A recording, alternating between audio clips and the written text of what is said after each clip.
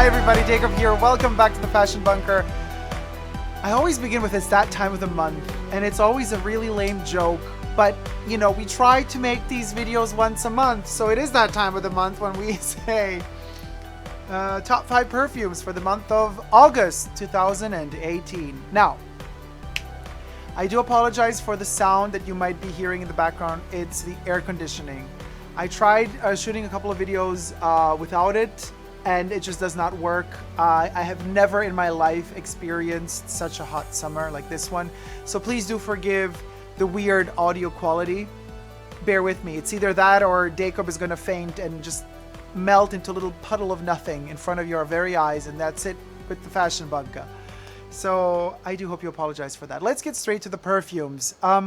Because I have never experienced such a hot summer, I have these weird moody swings, and I go from this wanting freshness, clean, light, watery perfumes that I could just respray just that I feel like as if I'm taking a shower all over again throughout the day. And I pass from that mood to this just being fed up with the heat, not wanting to deal with it anymore, and just going totally against it, using really cloying fragrances that should never be used in summer heat. And I just do that as a rebellion, as my personal rebellion against the heat. And then I just like kill everybody around me while wearing it, because these strong, heavy perfumes are just so cloying that people run away from you, which is a good thing in the heat in summer, because when they all run away from you, you don't get to smell their sweat. Aha. So how do we begin the day? Usually when I begin the day in the morning, it's super hot. But I'm still not out and about. I still haven't confronted myself with humanity. So I just like the freshness. And for August, I begin my days with Paris Biarritz, Les Eaux de Chanel. Let me try to get close to y'all's so you can see.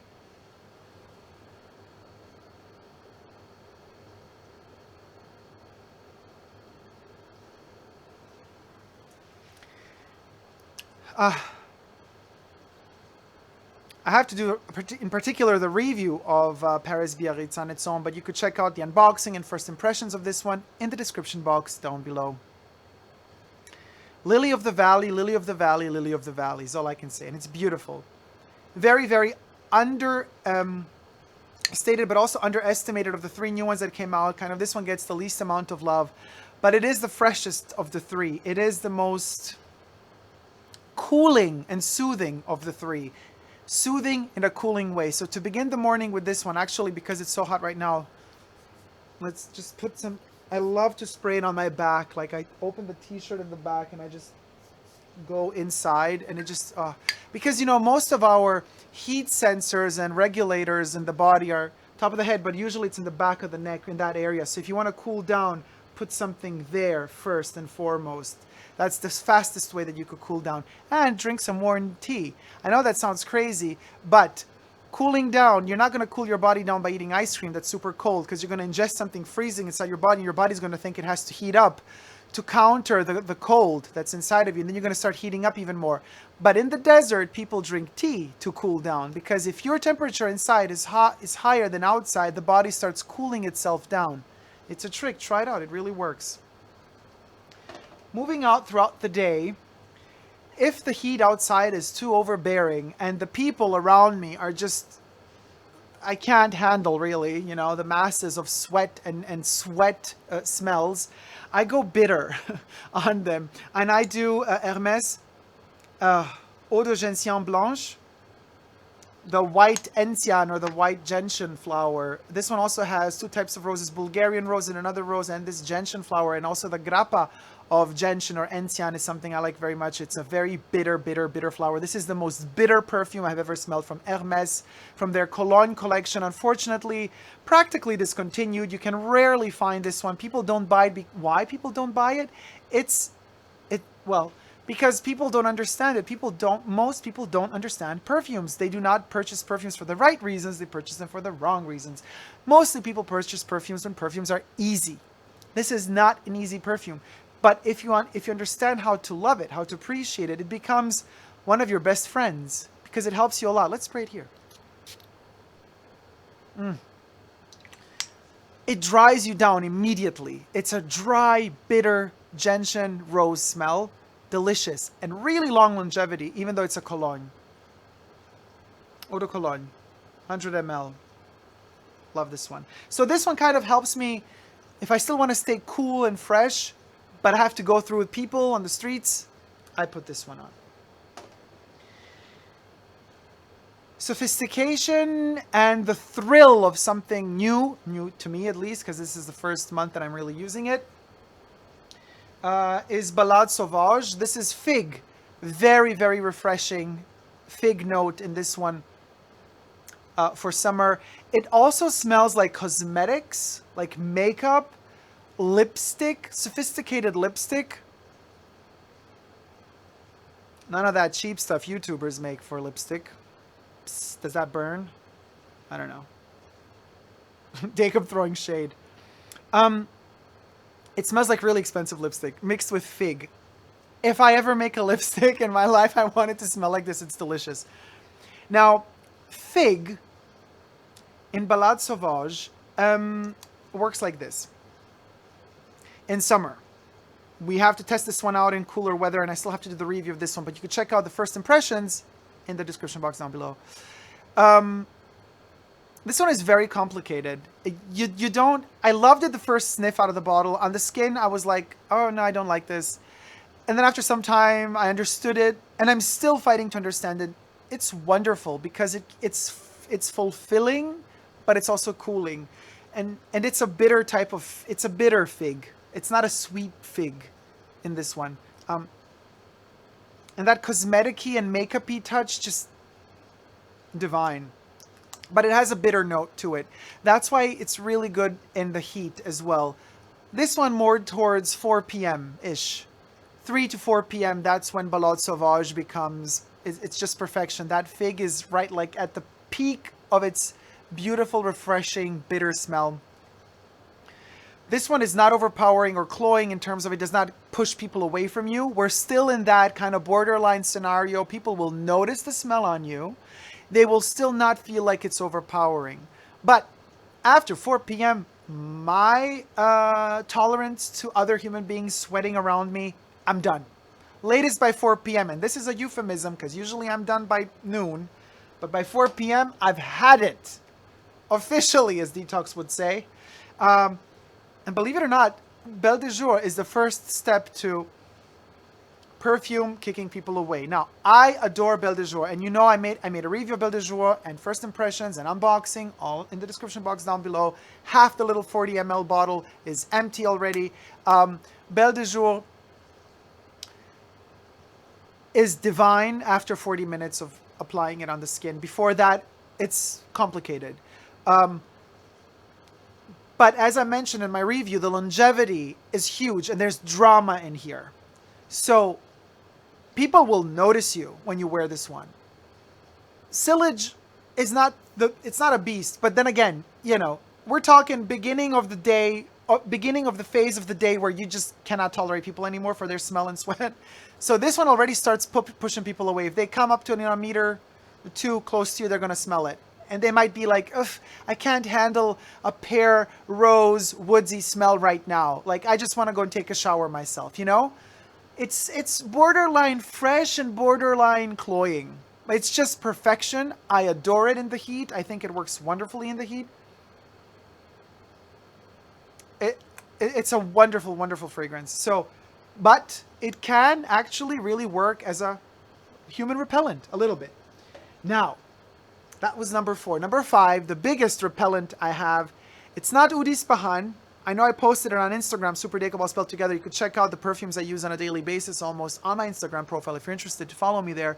But even more so than Eau de Chaneil, what is very complicated and dirty in its cloyingness is the love of my life, one of the loves of my life, Boudoir by Dame Vivienne Westwood. I have 2 bottles, one to kind of always carry around with me, 30 ml and a 50 ml, which I always end up carrying around with myself too. So whatever, I think I'm just a hoarder of these things. I need to have all the different shapes and sizes. Considering that Coty is, I think, no longer producing these. You could find them dirt cheap, like the last batches made by Coty. I have to say, Coty, you did a good job with this one. Lancaster produced it before that. I have to make a review of Boudoir. Now, to think of it, love it. You know, the rose in this one, honeysuckle, and the marigold. What is going to kick people away, and this one is a sillage beast. It's a projection beast. It's a longevity beast. This one will make people run away from you in the summer. Or, total opposite, it's going to make people want to do something else to you, if you know what I mean.